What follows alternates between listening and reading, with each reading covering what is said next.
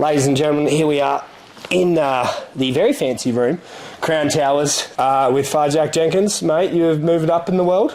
Oh, I don't know about that. Nice to get the room though. Got a good relationship with Crown Resorts, and Crown Perth has been good enough to put me up, so that's good. Now, taking on Ramon Taveras, have you seen him around? I mean, this is not just so in case anyone thinks the UFC is like splurging recently. You've done this. You've managed to get Crown. Everyone else is back at the old residence, which was Hyatt, but you've moved up in the world, so... Well, I do think in some respects, like I'm on the main card now. I'm at the press conference. I'm at the open workouts. I said I might be the first fighter in the history of the UFC to fall upwards after a loss. I've somehow managed to pull that off.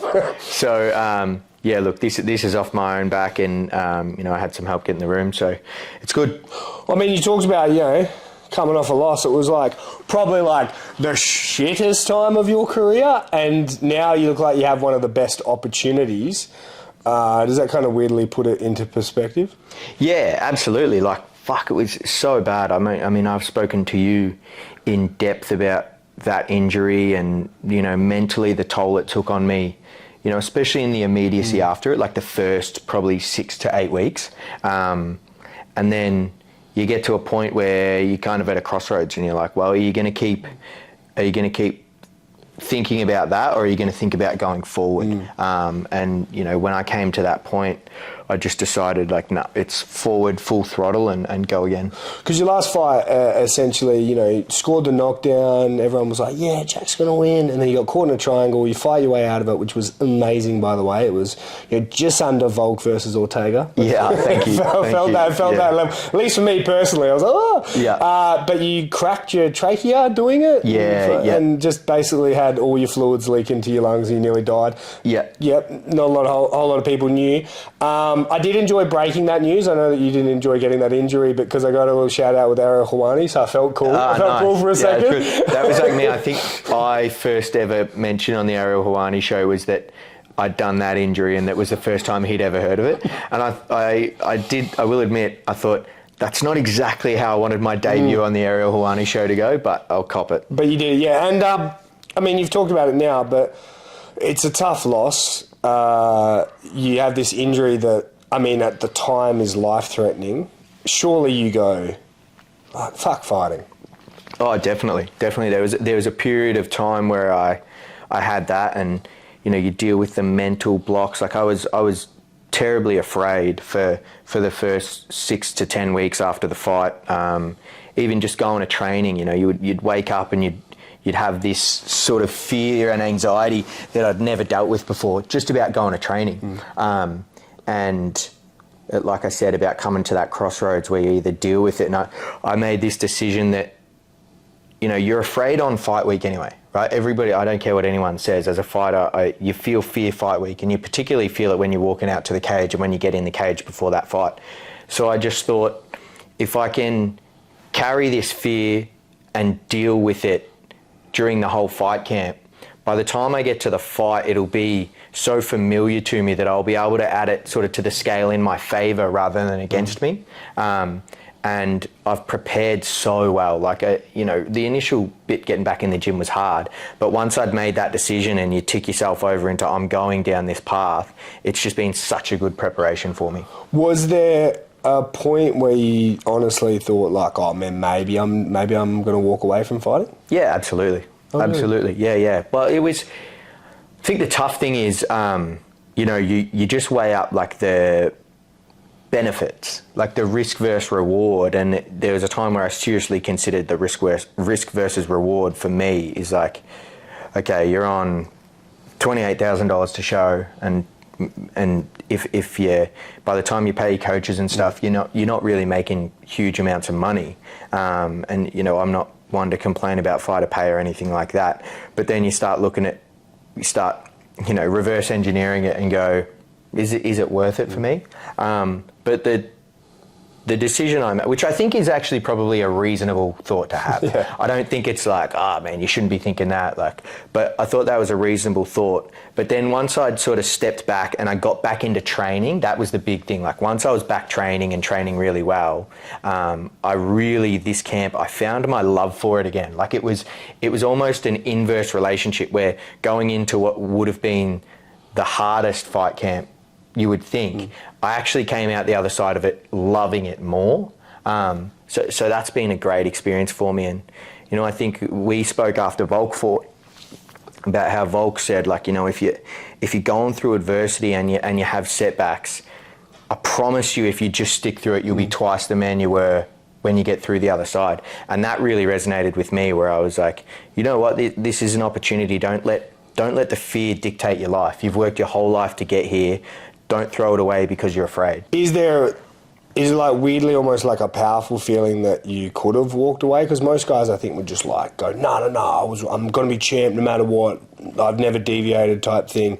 Is it kind of, I don't know, do you feel almost like stronger that you can be like vulnerable with that and go, no, I thought about it? Yeah, absolutely. I think, you know, an old saying, but the truth sets you free. It's like you can try and fake your way around and even to an extent, especially me, I can bullshit anything, you know what I mean? I can make you believe one way or another, but I think the truth sets you free, and facing it myself, being honest with myself, like you are afraid, like you are not, because I've never been afraid in a fight camp before. Yeah. Always love fight camp, go through it. You know, you have your struggles and stuff, but the only time you feel that, you know, anxiety or fear is sort of when you get to the fight.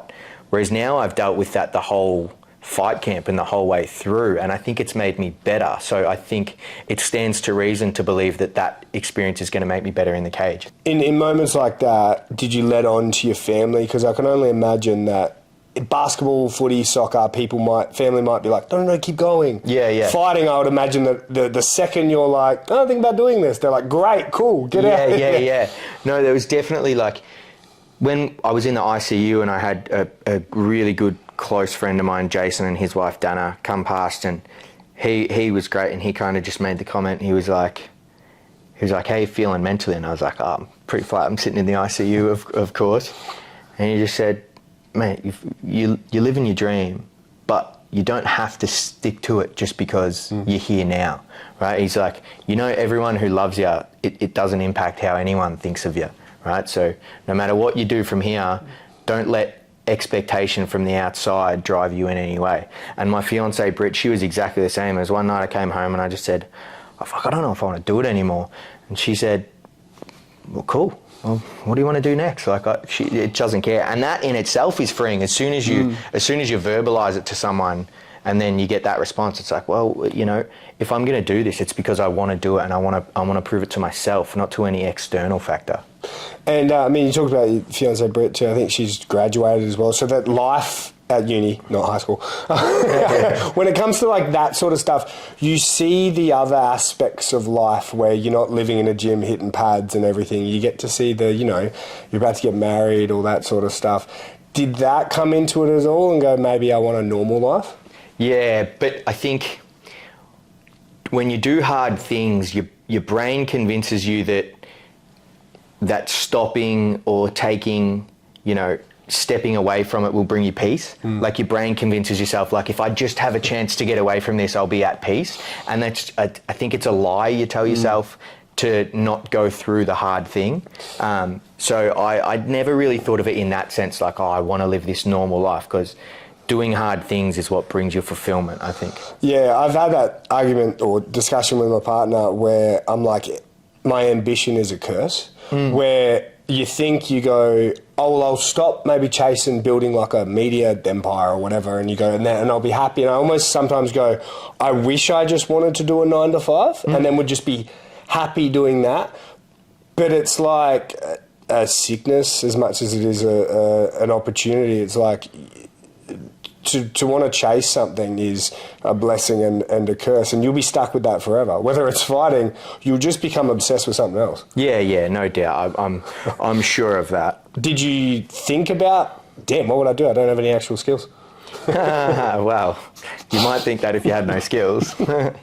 So that's another point you make, is I could probably walk into a number of jobs in a number of industries that I would probably really enjoy doing. So I think I have the benefit and the curse of, you don't have to do this, mate. Like, you don't have to keep going.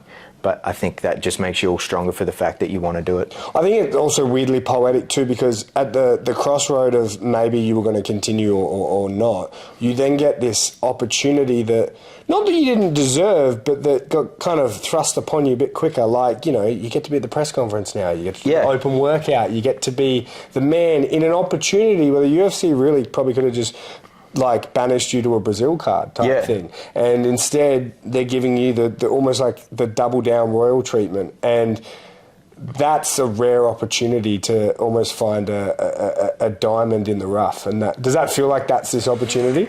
Absolutely. Like, you couldn't think that more for me, this fight camp. It's like, great opponent who will let my skill set shine. Obviously in Perth, I go good in Perth. You know, right up there on the main card. You've got every opportunity, just take it with both hands. Have you banned all flights to Sydney going forward? Yeah, no, I won't ever fight in Sydney again. No, just not even going. Yeah, I won't. I hate Sydney anyway, but I'll never fight there again.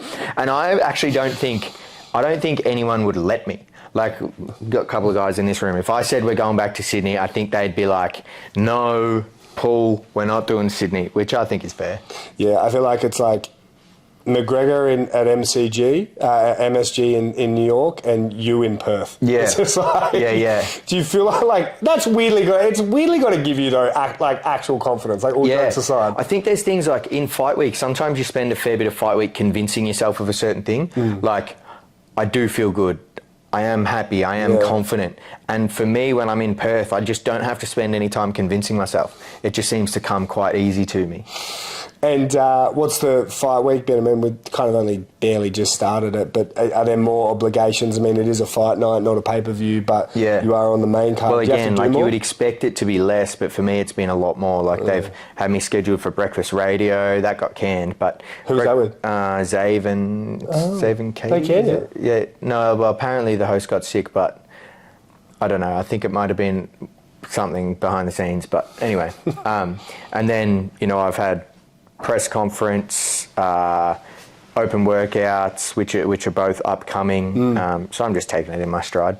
And it sounds dumb, but everyone would always probably want to know, when it's an open workout, you see some guys just throwing the rugby ball around like Jack Della. You got some guys taking it a bit more serious. Some guys take the piss. Some guys beat up fans like Sean Strickland. What are you planning on doing? I haven't actually thought about it too much. We only spoke about it briefly today, and I just said to Andy, I said, I think we'll just get up and whack some pads. Oh, so you're going to go proper? Yeah, I'm not going to go proper. I won't be whacking hard. I won't do anything that would jeopardise my fight week schedule. So I'll have my training, and when I might have had just a little move around for a couple of rounds, I'll just do that up on stage. Are you going to do the fake injury that they do? No, I won't be doing that. Okay. And press conference, I mean, are you practising lines? Do you have like a sharp outfit? No, I've got a sharp wit though. I don't need to practice the lines, you fuckwit. No, so yeah, I'll have a sharp outfit. I got a nice watch I'll be wearing, that sort of thing. It'll be good. It's going to be a quieter press conference. Like, if you look at the personalities out there, you know, you're probably going to have to lead it. Yeah, look. We spoke about this, like, are you going to like build a bit of drama? Are you getting a bit of animosity? And I said, geez, it would look so fake from me, wouldn't it? Like, it would, if it comes towards me, I'm happy to give it back. But if I tried to force that, it would just be poor, I think. So I'll just give my honest opinion on any questions asked. Have you heard, has he done any interviews on you yet? Like, are there thoughts on... I haven't watched. I'm looking forward. I want to hear his first thoughts, like, in person. I want to, like, what he says on the stage up there, I want it to be... So you have no idea if he's a shit talker or nothing? No. I ran into him briefly. We just shook hands and said hello. So I don't anticipate he wants to have, like, a antagonistic build-up. What was your thoughts of him? Was he small? He's about exactly what I thought he would be. Okay. Yeah, exactly what I thought he would be. But surely there's a little bit of like, where you do a little bit of like back and forth kind of, you can act like you don't size each other up, but surely in that moment, the first time you see him... You always, I said to Pross when we left, because I turned around in the equipment room and he had just walked in, and I said, it doesn't matter what you want to do, you just have to make the first move. So it was like, don't wait to see if he wants to say hello or if he wants to be, it was just, don't give him a chance. Walk straight up to him. Hey, how are you? Big smile on the face. How you going? So then he's got no option. If he wants to make it negative, then he's got to like turn me down. And then it's like, oh, cool, we're good to go. Okay. But if not, then good to go. Do you like being more like a striker in communication, like, you know, press conference, or would you want to counter what he says back? Depends on the questions. Like, I'm not just going to riff into random stuff, but if the questions ask me, how I think the fight's going to go, I've got no qualms saying I think I'll knock him out in the first round. And have you watched tape on him? What's your thoughts? Yeah, I watched a fair bit of tape. Really, you can see why they put the fight on the main card. It's like he's a southpaw who throws hands and tries to knock people out, and I'm an orthodox guy who throws hands and kicks and tries to knock people out. So that's I'd love to say that it's all me that's put us in this position on the fight card. I think it's as much about his style matching up with mine. And there's been a bit of a critique on the actual fight card that they're bringing to Perth. Obviously, after 2 massive cards, and to be fair, even the pay-per-view cards were shit on a little bit as well. But Perth bringing a fight night, you got Ulberg headlining, like you said, third last fight on the card, and you're coming off a loss and whatnot. Do you hear the critiques and do they bother you? UFC fans will complain about anything, right? Like they will. Happy to smash any card. This card's shit. This card's shit. I think this is one. If you look at it in terms of star power and overall how well each fighter's known, it's on the lower end. You can't doubt that. But if you look at it matchup to matchup and go individually, you go, as a fight fan, this is going to be a great card. Yeah. And I think even in terms of trajectory moving forward, it's a card where you could have a lot of guys on big trajectories off this card. But yeah, my one critique would be the pricing of the tickets.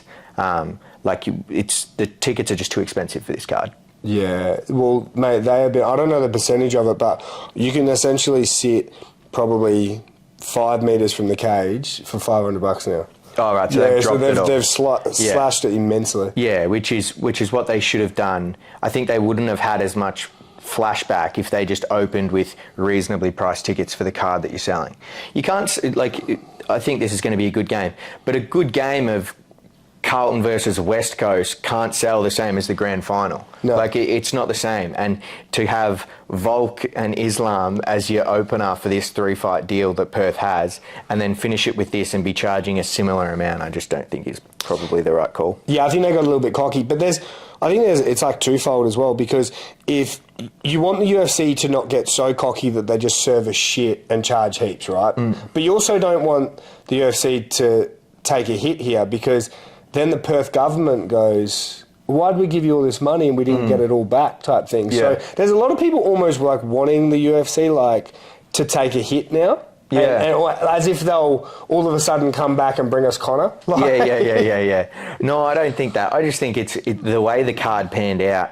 I'm sure a while ago there might have been dreams of doing a Dalla fight here, which would have been huge, but things just work out in certain ways and they've dished up the card they could, and like I said, I think it's a great card if you look at it fight by fight. Yeah, and as a man that is a Melbourneian, AFL weekend, do you think you could have explained to the UFC how important that is?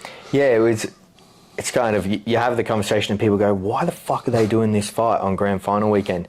And the only answer you have is the UFC are just so big they don't care. Yeah. Right? They just don't care. So that's my thoughts on that, and I don't really mind, especially now it's Brisbane and Geelong. Could not care really much for either team. And racing season, Racing season is upon us, and I'm keeping my mind firmly on Sunday, but as soon as that fight's done Sunday, it will be firmly on the racing season. Yeah, well, we'll talk your YouTube channel that sort of popped back up as well. You're jumping on the bandwagon again of getting someone to follow you around with a camera. Yeah. You seem to hit pads and then hit the race course and then rinse, lather and repeat. Is that a standard day? No, that was, you kind of perk up. You book the cameraman for a day. You know you're going to be busy. It's just you on your phone on TikTok in the living room. Yeah. Definitely planned it like that. But I think it's just important to show people that you have a personality outside of fighting, and I think you can probably take a few people who are racing fans and bring them over to watch the UFC, and a few people who are UFC fans and maybe introduce them to racing, and then you kind of get this little niche where you can do really well. Also, a few questions on that episode. The racetrack looks sad during the day when it's not fancy. Oh, a Wednesday meeting, it's not necessarily a very happy place. It's good if you like racing, and obviously if you're an owner, it's great, but it's a far cry from the glitz and the glamour Cup week. Yeah, it's like if you took a UFC fan to like watch a regional show. Exactly, it would be the same as that, exactly. And I think I saw in the video, your brother looked full suited up. Yeah. But you... well, he'd come from work. Oh, okay, so it wasn't like you just didn't misread the the situation. He came from work and I came from training. Yeah. So it was just a mix there. Okay. But he was overdressed for that. He was overdressed. Absolutely. Look, is it hard to match up, obviously, like planning your racing career, because you're surely going to have some form of media racing career, and not letting the outside stuff sort of overtake your fight career? Because I would imagine those guys don't necessarily keep up to date. Like, they probably don't even know you lost your last fight or anything. Yeah, there's an element of that. I think a lot of good things that have come in my life through racing, I never would have got to it without my UFC stuff. And then a lot of my UFC stuff, I wouldn't have been able to do certain things without having my racing stuff as well. So they kind of work together. And for me, it's just a balancing act of making sure that my fighting always takes priority up until I want to step away. And I've done that really well this camp. And do you look at the fight odds? No, but I said, somebody asked me the other day, I want to have a bet, what are you going to be paying? And I said, if I'm over $1.05, it's value. Wow. Yeah. So do you know what I'm paying? No, but $1.05, I'm going to look right now. You know, $1.05 would have to be like, Sportsbet thinks you're just like going to kill him. Yeah, $1.05 would be what? It would be 96%. And have you ever bet on yourself, or are you legally not allowed to say that? I have bet on myself before I was in the UFC. Had a really good bet when they opened me at $2.75 against Rod Costa, and I took a multi of Collingwood to win, Zaki to win the All-Star Mile, and me to beat Rod Costa. And I put it on my Instagram story and said, everyone get on this bet. And then I got on a plane to the Gold Coast, and by the time I got to the Gold Coast, they'd shut down the markets because there was too much money for it. And then and 270. Who opened me at 270 for that fight? Like, Trader needs to lose his job. Yeah, it's pretty bad. They've taken it off the market. Too much money for me. Oh, no, actually, I'm on Ladbrokes now. I was going to go sports bet, okay? Go on Dabble. Go on Dabble. Okay, oh yeah, all right, sorry, how dare I? $1.35, mate, Ladbrokes. Fuck, that's value. Do I even have Dabble?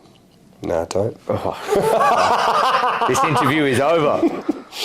What do you have to do, like gambling? Just, I mean, people always ask me as well. They're like, "Oh, what do I do?" Yeah, someone asked me if you own Dabble the other day. So, oh yeah, fuck, that would be nice. Yeah, that would be really nice. No, I do content, live streams, VIP events, a lot of stuff around helping people build bets for fights and that sort of stuff, because I can't bet myself, but I can obviously give an expert opinion, and just generally try and be a face for the company.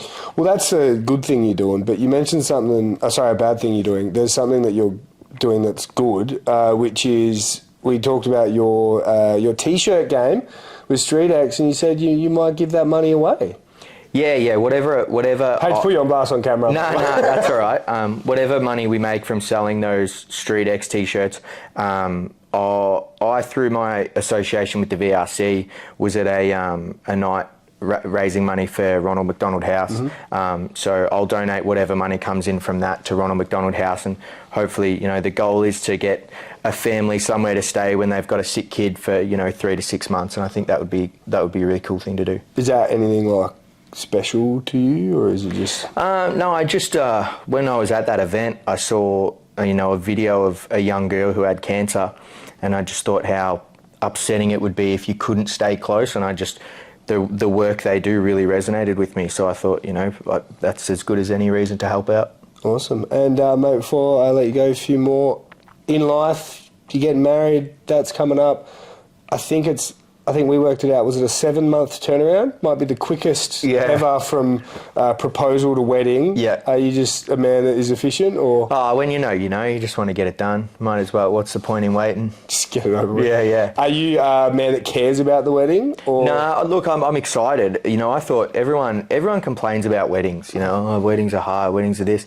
And, maybe I'm just lucky I've got a great fiance, but she hasn't been a problem at all. She's cruised through the planning, really excited about the venue, so good to go. Is like your win or your performance of the night, does that determine like kind of what arancini balls you get? No, it's all locked in already. That'll just be, that'll determine how big the spring is. Oh, I see. Now, mate, when it comes to just the entire lead up, right, of fight week, obviously a lot of pressure, coming off the back of something that was like pretty traumatic, like, does it feel weirdly poetic as we head into this fight?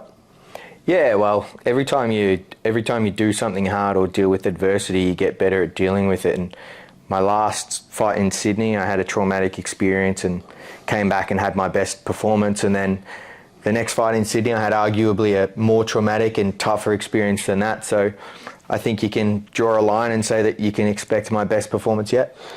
And you're probably the only guy on the roster that I'd ever ask this, but I feel like you're intellectually sort of sound enough to take a step back from your own ego and answer this. But if this fight were to not go your way, do you walk away? Probably. Yeah, probably. I think just from the sense that if I can't get this one done, I don't think, bar caveats if it's just something, like a mistake. But if I get beaten soundly, I've got no interest in sticking around in a sport that I can't be the best at. But that's probably been true for most of my fights. I don't say that lightly now, but there was a point, probably Contender Series. If you get to that crossroads at Contender Series and you go, my life's going to go this way or it's going to go this way, and it went that way, and I'm happy it did, and I've loved it since then. But I couldn't tell you now, going back, whether I would have stayed on the path. And then I think after I did the elbow, if I came back against Herbert and I couldn't get it done against Herbert, it was probably a similar situation. So that's not like a big, this is win or retire. It's nothing like that. It's just that if you can't go at the top level of the game and you can't string fights together, you're just putting yourself at risk for no reason. And I've got no interest in doing that. And I think that that's probably a lesson for a lot of fighters they could take. And that's why I asked you that question. Anyway, thanks for the time. It's been great sitting in a bed with you and 3 men watching us. But I really appreciate it, and see you Sunday. Thank you.